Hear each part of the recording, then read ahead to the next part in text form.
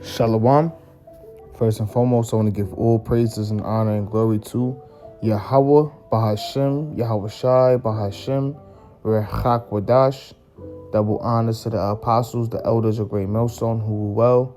Peace and mercy to the Tazadak Akim out there that's laboring the truth with all sincerity. I want to say Shalom. And today's topic is going into the book of Revelation, chapter 2, verses 8 through 10. Because when you read the book of Revelation, chapter 2, all right, especially the verses 8 through 10, all right, particularly verses 8 through 10, all right, it could apply, it applies today, and I just want to get into the context of, what Yahweh Shah, why Yahweh Shah was saying, these things to the believers, all right, in those times, and how it applies to us today. So we're going to go through a little bit of history, and we're going to just, go through the spirit. But first, I want to get Ecclesiastes chapter 1, verse 9.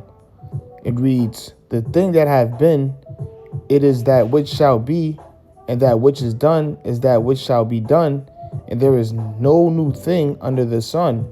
And the reason why I'm bringing this out, because in the time when Yahweh Shah, John the Revelator is sending out these letters to the 7 churches, and Yahweh Shah is speaking to the church of Smyrna, a lot of people, a lot of believers that believed in Yahweh Shah were being persecuted, were being arrested by Roman authorities. All right. It's the same thing that's going to happen, all right, in today's society, in the future, in the near future. All right, with, Esau's military, all right, coming into your, invading your homes, dragging you out your house, arresting you for being a believer of Yahweh Shah and not worshiping, all right, the New World Order. All right, so there's nothing new under the sun. All right, and we're, Lord willing, we the elect and those people that was being persecuted, for Yahweh Shah's sake. All right, so I want to get the book of Revelation, chapter 2, verse 8. All right, now we're going to read a little bit of, a little history. Matter of fact, we're not even going to get into that. We're not even going to go too deep. So we're going to get straight to the point. This is Revelation chapter 2, verse 8. And unto the angel of the church in Smyrna write, these things saith the first and the last. Now, this is Yahweh Shah saying, when it says the first and last, it means it's representing Yahweh Shah's authority over the kingdoms, all right, over the people, all right. Now, when you read Isaiah 44:6, is a precept to this, because the Heavenly Father is saying he is the first and the last, and there's no other power before him. But when you read Matthew, the 28th chapter, let's get that. Matter of fact, let's get Isaiah 44 first, and then we will get Matthew 28. So this is Isaiah chapter 44, verse 6. It says, Thus saith the Lord, the King of Israel, and his Redeemer, the Lord of hosts. I am the first and I am the last, and beside me there's no power. All right, now this is the Heavenly Father. This is referring to the Heavenly Father. All right, but when we read Matthew 28 and 18, all right, it says, and Yahweh Shah came and spake unto them, saying, all power is given unto me in heaven and in earth. So Yahweh, the Heavenly Father, Yahweh, gave the authority and the rank to his only begotten Son, Yahweh Shah. Okay, so this is what the reason why Yahweh Shah is saying, all right, he's the first and the last. Okay, because he comes before, and he's going to be here after. All right, remember, the Heavenly Father is the one that gave the blueprint to Yahweh Shah to create all things. All right, you read that in John, the 1st chapter, Colossians. All right, Yahweh Shah, the Heavenly Father gave Yahweh Shah and the angels, the Elohim, all right, the blueprint to create all things. All right, to create the kingdoms, the earth, the sun, the moon. Okay, and it says, which was dead and is alive. Okay, because Yahweh Shah, he's given inspiration. He's trying to build up the believers in the church of Smyrna, because why? Yahweh Shah, he conquered death. So he's telling the people, don't worry about, dying. All right, because remember, Yahweh Shah came in the flesh. All right, and he was persecuted, but he was resurrected in 3 days, representing that he conquered death. All right, so the people that, the ultimately the elect, those who are, persecuted for Yahweh Shah's sake, for this truth, you're going to conquer death as well. So he's telling them at this particular time, the people in the church of Smyrna, not to worry. All right. Because in the time when you go into the history, Smyrna was facing a lot of affliction, sufferings. All right. It says, I know thy works in tribulation and poverty, but thou art rich, going into being rich in faith. All right. Because, there was also suffering from actual poverty when you go into the history. All right. It says, and I know the blasphemy of them which say they are Jews and are not, but are the synagogue of Satan. Now, we apply this, all right, to, the modern day small hats, all right, who say they're Jews, but they're not. But this, in this particular time, is talking about, Jake is talking about the Israelites, it's talking about the Jews, because the Jews were persecuting, all right, the believers of Yahweh Shah. And we're going to get that right here. All right. It says, yes, Jews in Smyrna actively persecuted Christians, accusing them of blasphemy, slandering their worship, all right, and even collaborating with Roman authorities to cause social and physical harm, as documented in the book of Revelation and the historical counts of martyrdom of Polycarp, which we're going to go into, Polycarp, because he was the bishop of Smyrna. It says this persecution was a part of a broader hostility towards Christians in Smyrna who refused to worship the Roman emperor. Because now when you go into the history, all right, when it's talking about the Roman emperor, it's talking about Caesar. Now, a lot of people didn't want to bow their knee to Caesar, because a lot of even because Caesar looked at himself as the Lord. All right. And you had people who wasn't bowing down and not worshiping Caesar. So therefore, all right, the Romans were persecuting the Christians, all right, as well as the Jews. All right. Because it's the same thing in today's society. This is why I referenced Ecclesiastes, the first chapter, because you're going to have a lot of people who's going to side with the military, who's going to side with the American, government to bring down, all right, the worshipers of Yahweh or Yahweh Shah. They're going to label us as modern day terrorists. All right. They're going to basically slander us. All right. Remember, the scriptures say there's even when they slander Yahweh Shah, the servant is not greater than the master, and there's nothing new under the sun. This happened 2,000 years ago. All right. So they was persecuting the believers in Smyrna.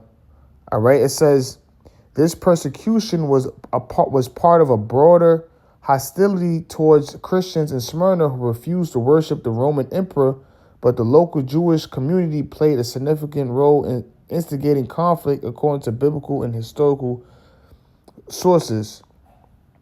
All right. It says collaboration with Romans. The Jewish community, it's talking about the Jews, often instigated trouble, sometimes with pagan mobs, creating an environment where Christians face imprisonment and economic hardship for refusing emperor worship. So this goes into what? This is why Yahweh Shah is saying, let's go back to it. All right. It says, Revelation 2:9, I know thy works and tribulations and poverty. Because now, if you didn't worship Caesar, there was basically putting affliction towards the people, the believers in that church. All right. They was facing economic hardships. All right. But that's why Yahweh Shah said, but thou art rich. What? Rich in faith. Because they didn't bow down and worship Caesar. They stayed true. They say true to the belief. They say true to the faith. All right. It says, and I know the going back, it says, and I know the blasphemy of them which say they are Jews and are not, but are the synagogue of Satan. All right. Now, a part of that was, now let's go to Polycarp. It says Polycarp martyrdom. The prominent Christian leader Polycarp martyred around 155 AD in Smyrna, faced condemnation from the pagans and fervent encouragement from Jews who actively sought fuel for his burning. So this is this. So they end up killing the bishop of Smyrna, which was Polycarp. Now I went into just a little history on Polycarp. Who was Polycarp? It says Polycarp was a bishop of the early church, a disciple of the Apostle John. So he was a disciple of the Apostle John. All right, John the Revelator. All right, I believe John the Baptist. No, John the Revelator. Yep. Let me just clear that up.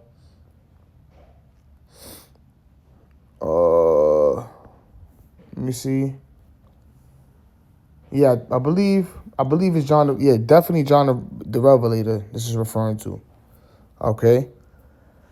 So, going back, it says a contemporary of Ignatius and a teacher of Irenaeus. All right. It says, according to Irenaeus, Polycarp was instructed by the apostles and was brought into contact with many who had seen Yahushua Mashiach. It says he lived from the latter half of the 1st century to the mid-2nd century. Polycarp was martyred by the Romans, and his death was influential even among the pagans. All right, so let me see. We ain't gonna get too deep. All right. Let me see. I just want to go into how he died. All right. Let me see. Okay. Now, we're going to read this part. All right. It says some of the details of Polycarp's death are up for debate. It's agreed that he was arrested as an old man and sentenced to be burned at the stake for his devotion to Yahushua Mashiach. The Roman proconsul took pity on Polycarp and urged him to recant. All he had to do was say Caesar's Lord and offer a little bit of incense to Caesar's statue, and he would live. Polycarp's stalwart response, 86 years I have served Yahushua Mashiach, and he never did me any wrong. How can I blaspheme my king who saved me? So he was taken to the place of execution. One tradition states that when the guards realized that he had no nails or rope to affix him to the post, Polycarp assured them that no restraint was necessary, that Yahushua would empower him to bear the flames. Another account says that the flames avoided his body, arching over his head. So this is the spirit, because look, remember, this isn't how you know there's nothing new under the sun. Let's go into the account of Abednego, Meshach, Shadrach. All right, they were thrown into a furnace of fire because they didn't want to bow down to Nebuchadnezzar's statue. It's the same thing in the time of Smyrna, 155 AD. You see how these things is repetitive? Okay, so basically they noticed that the flames was burning him up. So it tells you right here. It says when the guards realized that Polycarp could not be burned, they stabbed him with a spear, and the blood that ran down extinguished the flames. So they end up, the way they end up killing him was they realized the flames wasn't burning him, and they end up stabbing him. All right, showing you that Yahushua was with him, just like how Yahushua was with Abednego, Meshach, and Shadrach in the furnace of a fire. So this is a faith boosting testimony. Okay, and this is the reason why I'm bringing this out, because there's nothing new under the sun, and Yahushua is speaking to the believers in Smyrna, because all these things were happening. They were being persecuted. All right, arrested. Now let's go into verse 10. It reads, "Fear none of those things which thou shalt suffer. Behold, the devil shall cast some of you into prison, that ye may be tried, and ye shall have tribulation 10 days. Be thou faithful unto death, and I will give thee a crown of life." Now in these times, right, I Googled, all right, Romans arresting Christians in Smyrna. So it says Romans arrested Christians in Smyrna due to mandatory emperor worship.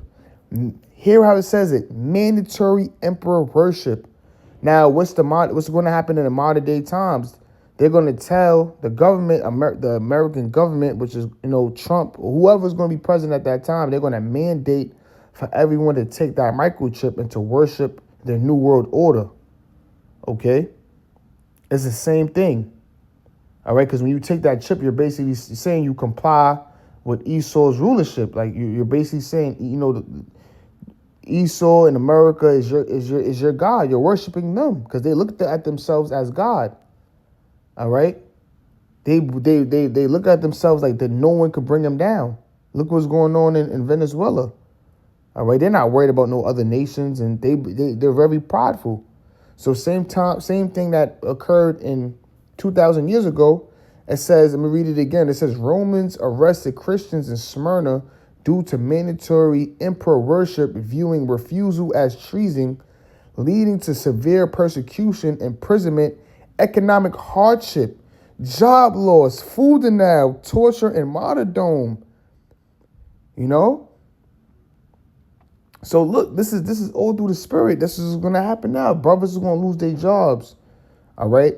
They're going to, in society, how society is going to be ran, we're not going to be able to purchase food. Why? Because we're not going to have the microchip. Because with that microchip, with that mark, with that charagma, that's the only way you're going to be able to buy and sell. All right. All right. And some people are going to be tortured.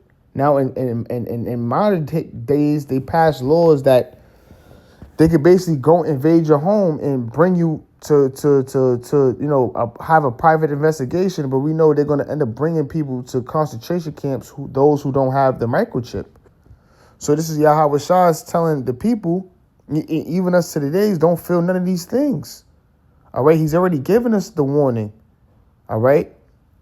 We already know, some brothers is going to be thrown in concentration camps. Some brothers are going to be put to death. All right. And then when it says ye shall have tribulation 10 days, it could be a month. It could be a year. Okay. But we have to be faithful unto death. All right. To receive that crown of life, which is going to be what? Being the elect, being the first fruits of the kingdom of heaven, which is going to be on earth. Yahweh Shah literally giving us crowns. All right. So this was being, this warning, this encouragement was written 2,000 years ago, and it still applies to this very day. All right. And Lord willing, this was edifying. I want to give all praises and honor and glory to Yahweh Shah. And with that, Shalom.